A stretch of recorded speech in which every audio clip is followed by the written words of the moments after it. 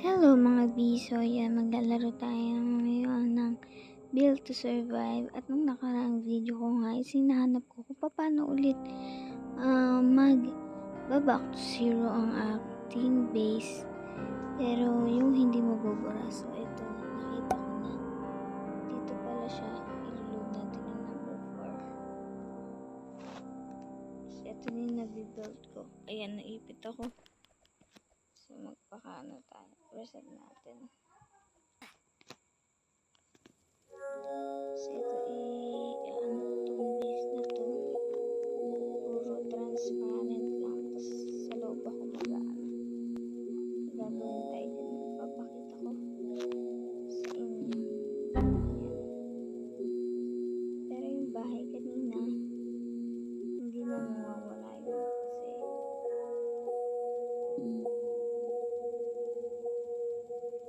kasi sa akin na yun.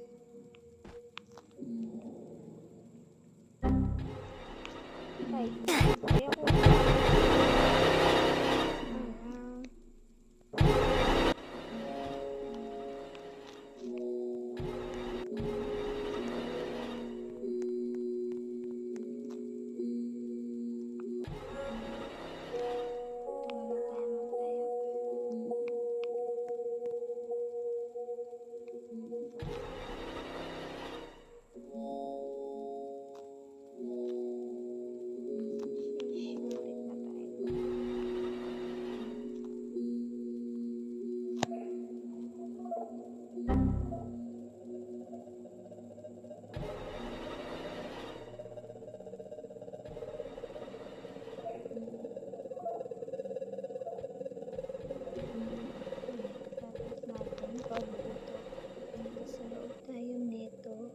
gagawa ng pinaka-design natin. Like, maglalagay ako ng parang mini pool, tas para siyang mini park yung itsura niya.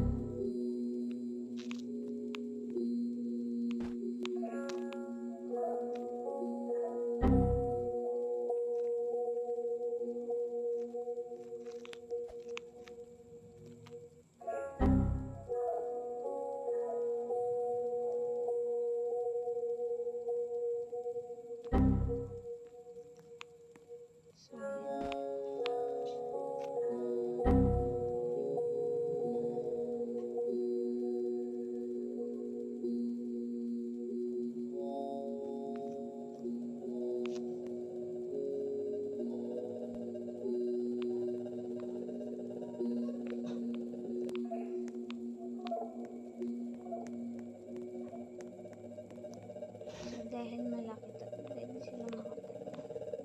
Gawin natin lakad-lakad tayo.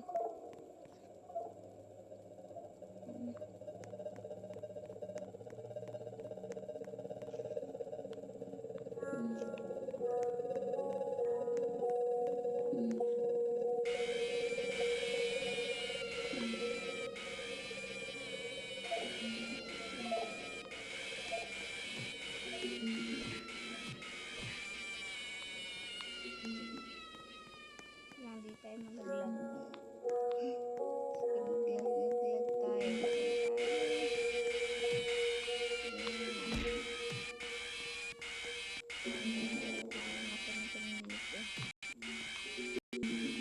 Naglag tayo. Umusad tayo. Uusad din sila. Ayusin mo ako. So, yun. Tapos na. Okay. Tapos kunwari, maglulog ka na. Punta mo tong ano to, isisave mo siya sa house kung saan mo siya nilagay. So, for example, gusto mo na yung sa bahay,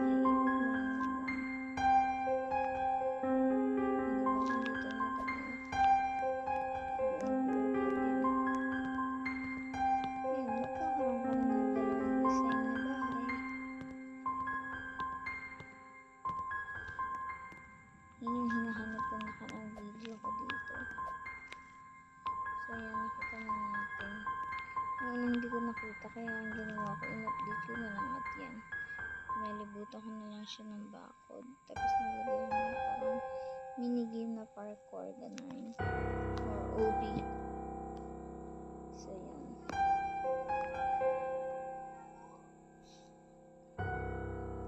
Paupain ko muna yung mga enemy natin. Tapos, i-load ko na lang ulit yung base natin. Ayan, load lang natin. So, dito tayo sa mapa ng lupahan.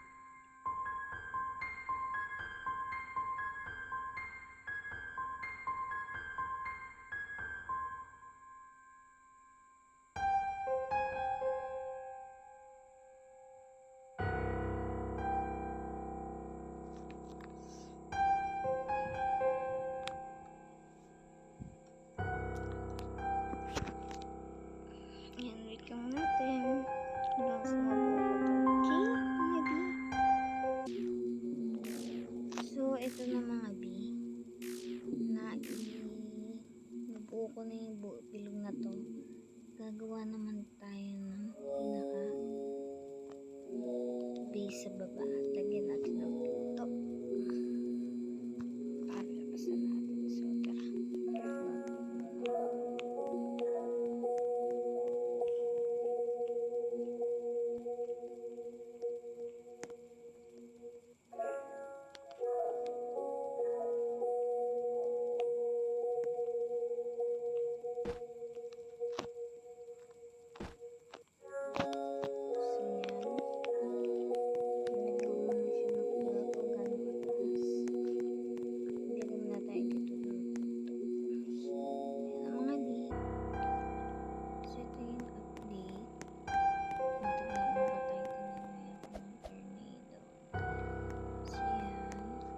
Swimming pool tayo and lalagay tayo ng tables and chair.